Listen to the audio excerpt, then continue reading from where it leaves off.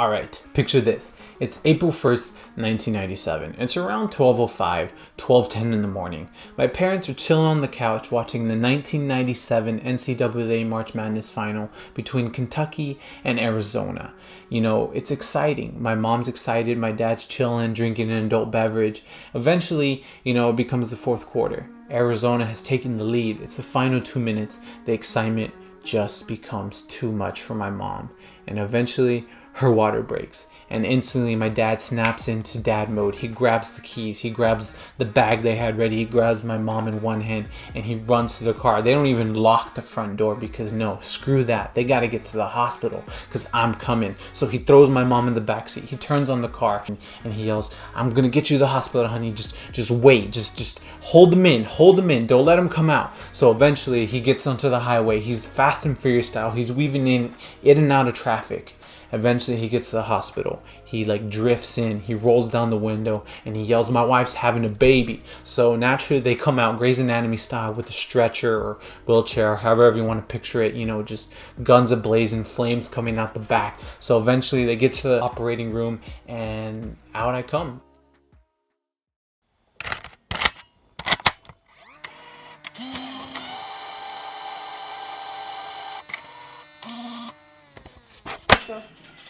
Hi. Hi, Michael Pooh. Show me your two teeth. Show me your two teeth. Show me your day. Huh? How old are you today? Yeah, 7 months ago, Mommy was in some serious pain this morning. Yes. My name is Michael Das, and I am 23 years old. And I guess you can sit down, grab some popcorn. I have 10 minutes to talk about myself, and I guess welcome to a little bit of my life. When I first saw that we were going to have to make a documentary on ourselves or myself, I was excited because I love to tell stories, and I really don't get to talk about myself a lot just because I don't really like to talk about myself sometimes because it feels narcissistic. I was born in El Paso, Texas, April 1st. Loving father, loving mother. I've been very blessed. I have a brother. Couch almost. You need to go get it.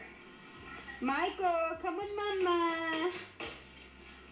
Come with Mama, baby. Here's my big face. Move your face, Michael. Andrew, David, Anthony. Michael, come with Mama. Growing up in El Paso for the first 5 years of my life was cool, I guess. I have memories from that time span, which is weird. I've never really known a lot of people to have memories from such a young age, so I cherish those. What are you doing, Michael? Bothering brother? Causing daddy chaos, Michael? A lot of them have come in dreams, which I think is cool. Sometimes I like to refer to them as visions just because it sounds cooler and it makes me sound like a superhero. And who doesn't want to be a superhero? I was always a very curious kid, so my parents always had to keep me stimulated. So I have memories of being 2, 3 years old, being in the driveway playing basketball with my dad, just kind of dribbling the ball around. I wasn't even strong enough to shoot in the hoop at the lowest height, so I kind of just dribbled the ball around. I have memories from before I was 1. I would just kind of crawl around the backyard with my brother while my mom was recording us, and my brother would just pick me up and just kind of interact with me. I have memories of just, being so much bigger than my cousin who was born a month later than I am. It was just cool to see all those things and to know that I have those memories and to correspond those memories with actual physical video footage. It's just really cool and growing up in El Paso, I'm glad to have those memories because not a lot of people have those memories from when they're little. Eventually, my dad got a job here in the Rio Grande Valley. He turned down a job offer in Canada and Arizona, I think. I could have been Canadian and I could have been in even more hot weather in Arizona, but we chose the valley, or my dad chose the valley because we had family here already. So it was an easy transition to kind of get from El Paso to here. We had help and we stayed with my tia for 2 months while our house was being built, the house that I'm recording this in. I have memories as small as being in kindergarten. I guess a story I can kind of tell to show you guys the kid that I was, the mischievous and curious kid that I was. One time in elementary, it was nap time. I bothered this kid so much that he got anxious and he peed himself and he started crying. I was just that kid. I was probably that annoying kid, but I didn't do it out of malice. I wanted to learn, and I was curious. I was a curious kid. It's cool to even have memories like that. Growing up, I feel like I've kept on to that curiosity and kind of throwing out the mischievous more and more as I've grown older. I'm still curious to this day. I still want to learn, and I still want to grow in some sort of way.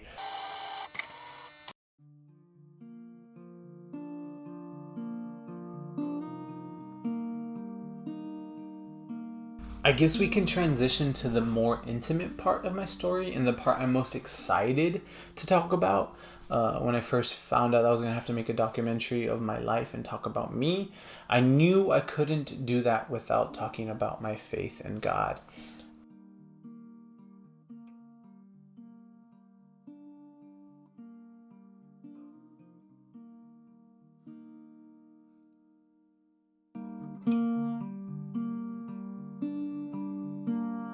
It gets me so excited because my faith defines me, and it defines who I am as a person. It defines who I strive to be through Christ. I guess to know a little bit more about that journey, I have to tell you about my high school experience.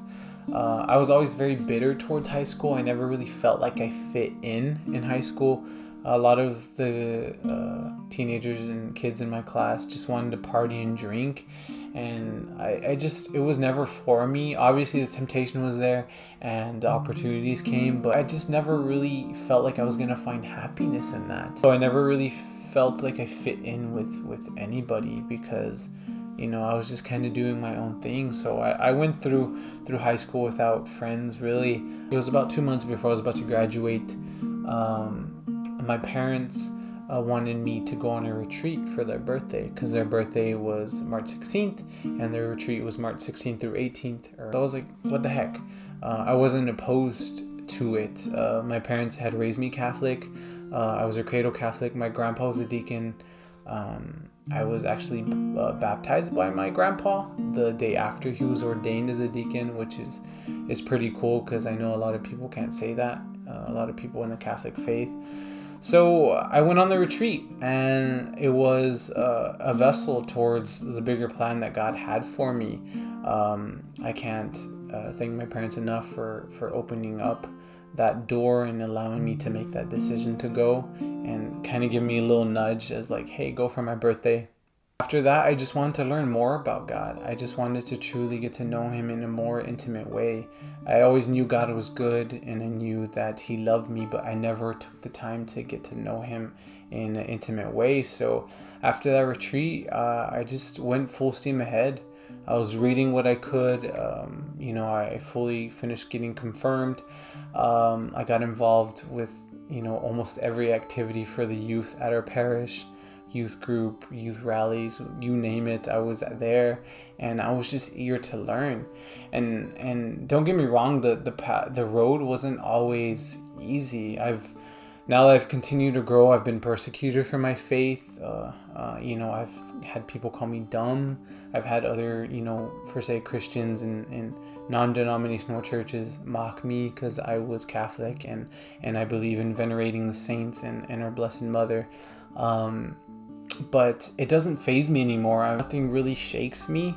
Obviously, we all have our moments. We're human, but I'm always open to talk about my faith, and I'm always the first one to say I know I may not know everything, but I'm always willing to learn. And if there's a question that's thrown my way, I will take the time to know the answer if I don't know it. So I just continue to grow in my faith and wanting to get to know Christ in a more intimate way. So I continue just to help, and that led me to eventually being like a teen co-director on a retreat, and it just led to so many beautiful things in my life. Because of my faith, I picked up the guitar. worship music for me is something that is a coping mechanism for whenever I'm having a hard week, or I just need to release some stress or anything. I'll sit down with my guitar and I'll start playing. I have way more guitars than I need. I have 4 sitting around me hanging on the wall. To be honest, I only know basic chords, worship songs, G, C, E minor, D, F, but that's all I need to know. I'll pick up the guitar and I'll just play through some chord progressions and just kind of just let my mind ease, and that's one of my favorite pastimes. That's what I love to do in my time and when I go and meditate and things like that when it comes to praying. I also met my beautiful girlfriend through the church and at a retreat. I met her at a retreat, so at a retreat and you might find the love of your life. And we both strive to live for God each and every day. I very much do plan to marry her, and I'm confident in that. We both strive to live for Christ. We love God more than each other, and that's how you know it's real. I know a lot of people who are apprehensive to talk about their faith because of the chance that they may be ridiculed or they may be persecuted for believing in certain things. And there's just so many beautiful things about the church that I love. I guess the way I can put it and the way I interpret the gospel is Jesus is really just like a homie to me. He's the original gangster. He's an OG. Like he turned water into wine just because his mom told me. Imagine how many times or how much money you could save if you turned water into Diet Coke every time your mom told you to go buy one from the corner store. Like, Jesus was truly the original gangster of this universe. God is outside of time, and it's been so cool to learn and understand that, and it's instrumental to who I am as a person. I guess if I have to leave with anything, and I can continue talking for hours, but if I have to leave off with anything, is that something that I live by and something that's very important to my story is that I think so many people travel the world, go to remote places, build a house on a mountain to find the purpose of life.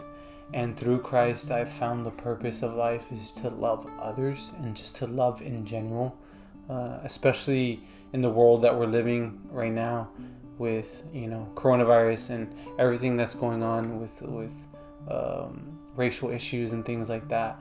I think we have to remember, at least I try to remember in my story and how I live my life, is that if everyone were just to love each other, that there's so many issues would be eradicated from this world. As I continue to live my life and as I continue to write my story, as God continues to write my story, I find myself more and more encaptured with everything that He's trying to teach me. God has opened up so many avenues towards my life and has truly give me everything and more that I could ever need in this lifetime.